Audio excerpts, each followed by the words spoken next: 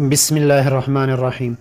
آج کا مذاکرہ یہ ہے کہ ہر مسلمان کا مزاج داعیانہ بن جائے۔ اللہ کرے میرا بھی بن جائے، آپ سب کا بھی بن جائے۔ آج کے مذاکرے میں ہم داعیانہ مزاج کی بات کریں گے کہ داعیانہ مزاج کیا ہے۔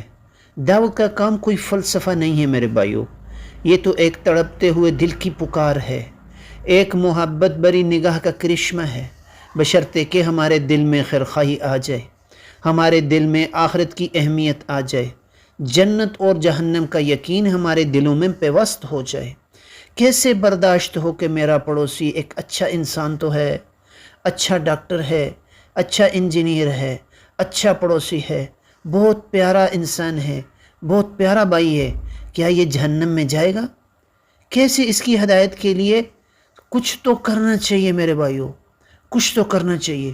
کچھ نہیں کر سکتے تو اس کی ہدایت کے لیے اللہ کے سامنے رو تو سکتے ہیں۔ میرے بھائیوں، یہ سوال میرا اپنے سے بھی ہے اور آپ سے بھی ہے، ضرور جواب بھی دیں کہ کیا میں اور آپ اپنے پڑوسیوں کے بارے میں روئے؟ ہمیں اپنے پڑوسیوں کا پتہ ہی نہیں ہے کہ میرے پڑوس میں کون رہ رہا ہے۔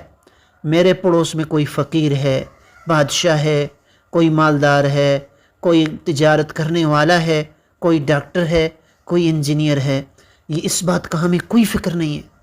میرے بھائیوں، میرا تو گھر چلنا چاہیے۔ اللہ کے نبی صلی اللہ علیہ وسلم والی کوڑہن، وہ درد، وہ غم ہم سب کو نصیب ہو جائے۔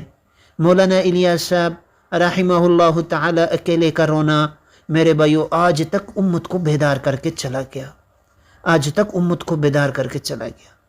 تو میرے بھائیوں، یہ آج کے مذاکرے میں ہمارا بھی یہ مزاج بن جائے کہ ہم بھی امت کے لیے رونے والے بن جائیں، امت کا غم کھانے والے بن جائیں۔ یہ کام ہے میرے بھائیوں، یہ انعام ہے، یہ ذمہ داری ہے، اور میرے بھائیوں یہ اللہ کی طرف سے انعام ہے۔ اس کام کی قدر کریں اور آج سے ہی نیت کریں کہ انشاءاللہ مسجد کی تعلیم سے شروع کریں، پھر میرے بھائیوں مشورے میں بیٹھ جائیں، روزے میں چلے جائیں، 4 مہینے ترتیب بنا کر لگائیں، اور پھر ساری دنیا کی انسانیت آپ کے انتظار میں بیٹھی ہوئی ہے۔ تو اس کے لیے انشاءاللہ العزیز میں بھی تیار ہوں، آپ حضرات بھی کوشش فرمائیں۔